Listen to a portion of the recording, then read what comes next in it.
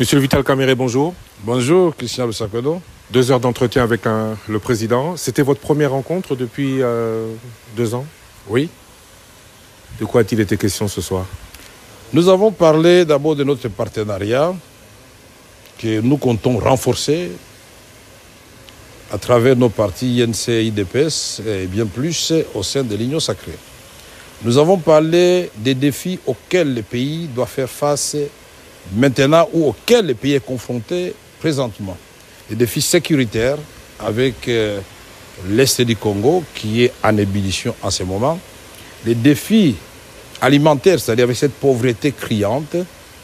Nous avons parlé des défis de la scolarité des enfants, des défis de la santé, etc., etc. Nous n'avons pas seulement évoqué les défis, mais nous avons évoqué la manière de les relever. On ne peut pas gagner une guerre sans mettre de l'ordre dans l'armée. On ne peut pas gagner une guerre sans avoir des services de renseignement, des services de sécurité qui travaillent et qui sont proactifs, qui identifient les menaces et les dévances, qui donnent la vraie information aux hommes qui sont sur le terrain et au président de la République qui est le commandant suprême pour que nous puissions gagner. D'aucuns pensent que le président va gagner le combat, c'est-à-dire qu'il va descendre lui-même. Si le terrain commence à tirer, c'est ce qui nous font mal. Non, c'est une question d'abord qui concerne l'armée qui est l'outil de défense. Il faut lui donner les moyens, il faut lui donner la vraie information, c'est-à-dire renseignement militaire, mais il faut l'encadrer à tous les niveaux. Nous avons parlé aussi des solutions en ce qui concerne comment améliorer les bien-être des Congolais. Il y a déjà le projet de 145 territoires de transformation agricole qui a commencé, mais qu'il faut renforcer. Nous avons parlé aussi de la santé universelle, en commençant par Kinshasa pour la maternité gratuite. Nous avons parlé aussi du fait que l'agriculture, et je l'ai dit, avec 2 345 000 km² de terre, 2 345 000 km² de terre au Congo, 80 millions de terres arables et 40 millions irrigables, ça fait 120 millions. Le même espace cultivable que la Chine qui nourrit 1,5 milliard de Chinois et qui exporte la différence. Il a été établi que le Congo peut produire pour 2 milliards de bouches. Donc ça signifie que nous devons mettre tous les moyens qu'il faut dans ce projet pour que le Congo devienne vert et qu'on produise. Nous avons parlé aussi de l'amélioration des salaires des fonctionnaires, des militaires et de tout le monde. Vous avez parlé donc de la gestion, vous avez parlé du mandat qui est en cours et que vous aviez commencé ensemble. Un mandat que vous allez continuer ensemble?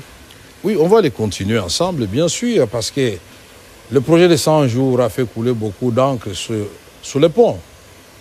Il est temps que M. Kamerhe, qui était directeur du cabinet chef de l'État, qui ne pouvait pas parler parce qu'il était prisonnier, qui a été acquitté et qui ne pouvait pas parler parce que moi, j'ai une certaine éthique, j'ai réservé la primeur au président de la République. Mais maintenant, nous allons parler de 100 jours et montrer que depuis 1960, il n'y a aucun programme conçu en 15 jours et laisser des tâches indélébiles en 9 mois. Ça n'existe pas. Et je mettrai quiconque au défi. Il a fallu 32 ans pour le président Mobutu, il a fallu 18 ans pour le président Joseph Kabila, mais en 9 mois, nous étions sur la voie. Dans un conseil des ministres malheureux, ce jour-là, j'avais la malaria. Le premier ministre de l'époque va dire, tiens, on a payé 77 millions au lieu de 7 millions de dollars. Mettez-vous à la place du président de la République. Il a sursauté dans sa chaise. Il a parlé qu'on audite. Mais le ministre de la Justice de l'époque a dit, non, je me saisis du dossier. Moi, j'instruis les dossiers. Et comme je n'avais pas peur, je suis allé au parquet de Matete. Et c'était le chemin pour Makala. Et me revoici à la cité de l'Union africaine. Comme on dit, quelle que soit la longueur de la nuit, les jours finissent toujours par apparaître. C'est un procès politique? Le procès, moi je crois que politique, ce n'est pas le mot qu'il faut. C'était un procès cynique. Parce que quand j'ai clamé mon innocence, personne ne voulait me croire. Mais j'avais dit, bon écoutez, puisque vous, là, magistrat et juge, vous ne voulez pas me croire, la vraie justice viendra de Dieu. Et j'ai beaucoup aimé, le président a respecté les principes de l'indépendance de la justice. Et de mon côté, vous savez, dans toutes les valeurs chrétiennes, là, la valeur la plus difficile à observer, c'est la patience. C'est la résilience. Comme je me connaissais innocent, je me suis dit, le temps, c'est comme une grossesse, c'est 9 mois, ça finit toujours par savoir si la femme était enceinte ou pas. Mais voici, je suis là, devant vous. Nous aurons d'autres occasions, des émissions, où nous allons parler en profondeur de ce projet. 142 écoles construites, 132 centres de santé, un grand hôpital Lumbashi, un pont de 145 km dans le Tanganyika.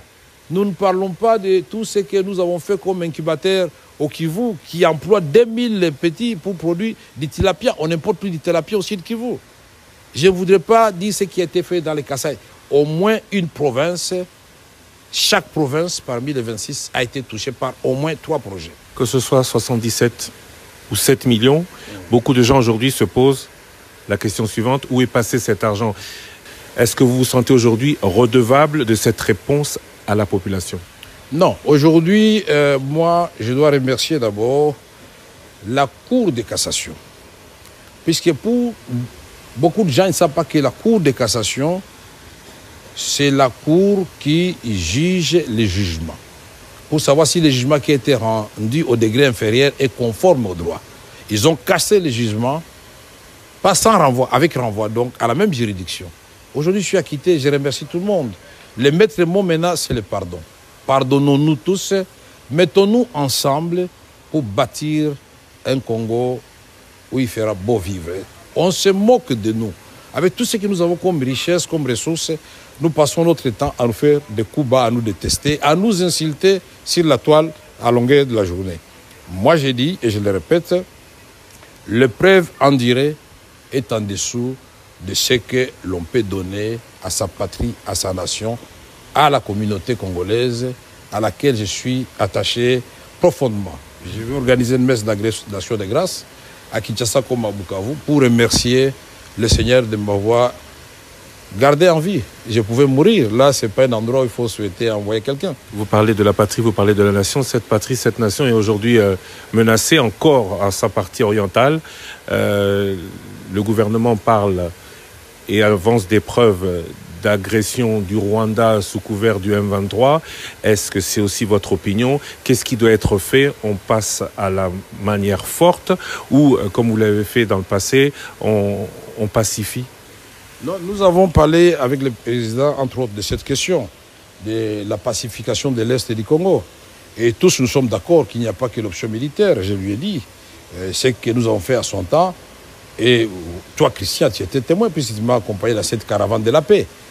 Il y a l'option militaire, mais il y a la diplomatie, il y a d'autres options, parce que quel que soit ce que nous ferons, et la géographie, et l'histoire nous condamnent de vivre éternellement jusqu'à ce que le monde se fasse comme des voisins. Qui va transporter le Congo pour l'amener ailleurs ou le Rwanda ailleurs? Je crois qu'il y a des préalables en cela. Il faut qu'il y ait de bonnes volontés de part et d'autre. Nous sommes de bonnes volontés. Il faut que de l'autre côté, il y ait la sincérité. Nous sommes sincères. C'est à eux de nous rencontrer, de nous dire en toute sincérité que cette guerre n'arrange personne. Parce qu'il y a des morts de part et d'autre. Nous devons y mettre fin. Monsieur Vital Kamerhe, en vous remerciant de nous avoir accordé de votre précieux temps. Juste une dernière question. Le cash existe toujours, disons, l'union sacrée existe toujours, mais le directeur de cabinet n'est plus en fonction. Vous parlez comme une personne toujours d'active ou qui est prête à être encore d'active. Alors, d'active où? Certains vous voient Premier ministre, d'autres vous voient à d'autres fonctions. Vous voyez où dans les prochaines semaines pour faire ce que vous dites aujourd'hui être en mesure de faire? Je me vois comme un citoyen congolais déterminé à aider son pays. Même toi, Christian Lusakone, c'est ici que je vais interpeller la presse. La presse, faites une communication qui puisse aider le pays. Dans les réseaux sociaux, faites des choses qui puissent aider le pays. Il ne faut pas être nécessairement Premier ministre, Président de la République ou ministre pour aider son pays. Mais aujourd'hui, Vital Kamerhe n'a aucune ambition politique directe. Il va continuer à observer de loin, à servir sans être acteur. Non, comme on dit, la voix du peuple, c'est la voix de Dieu. Laissons Dieu s'exprimer à travers son peuple et inspirer le président de la République. Moi, je me sens à l'aise pour aider le pays. À toutes les fonctions à laquelle il vous appellera. Je sais ce que vous voulez que je vous dise, mais je ne vous le dirai pas. Merci. Monsieur Vital Kamerhe, je vous remercie. Merci.